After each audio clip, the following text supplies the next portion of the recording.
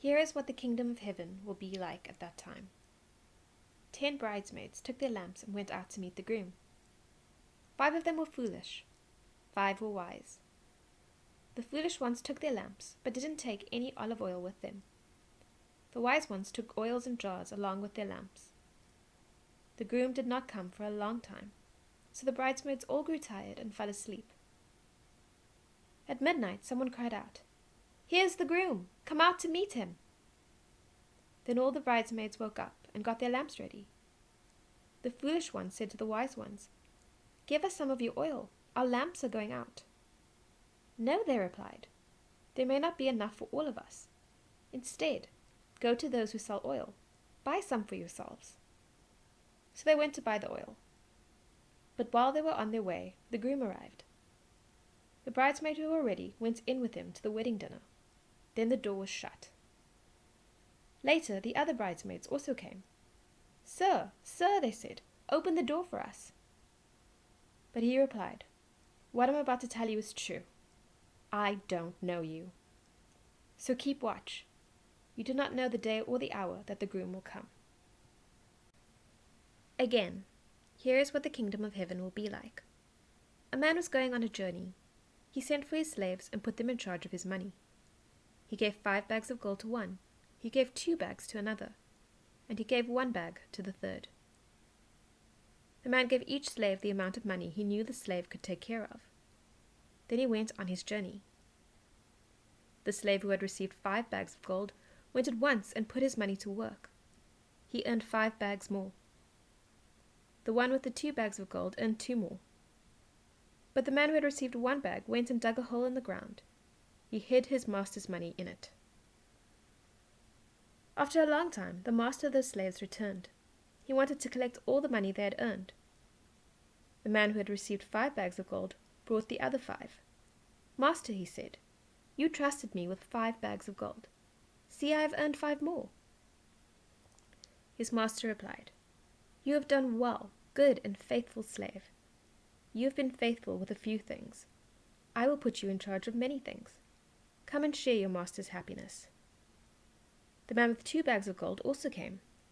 "Master," he said, "you trusted me with 2 bags of gold. See, I have earned 2 more." His master replied, "You have done well, good and faithful slave. You have been faithful with a few things. I will put you in charge of many things. Come and share your master's happiness." Then the man who had received 1 bag of gold came. "Master," he said, "I knew that you are a hard man. You harvest where you have not planted. You gather crops where you have not scattered seed. So I was afraid. I went out and hid your gold in the ground. See, here is what belongs to you." His master replied, "You evil, lazy slave! So you knew that I harvest where I have not planted. You knew that I gather crops where I have not scattered seed. Well then, you should have put my money in the bank. When I returned, I would have received it back with interest." Then his master commanded the other slaves, "Take the bag of gold from him. Give it to the one who has 10 bags. Everyone who has will be given more. They will have more than enough. And what about anyone who doesn't have? Even what they have will be taken away from them. Throw that worthless slave outside. There, in the darkness, people will weep and grind their teeth. The Son of Man will come in all his glory. All the angels will come with him. Then he will sit in glory on his throne. All the nations will be gathered in front of him. He will separate the people into 2 groups. He will be like a shepherd who separates the sheep from the goats. He will put the sheep to his right and the goats to his left. Then the king will speak to those on his right. He will say, "My Father has blessed you. Come and take what is yours. It is the kingdom prepared for you since the world was created. I was hungry, and you gave me something to eat. I was thirsty, and you gave me something to drink. I was a stranger, and you invited me in.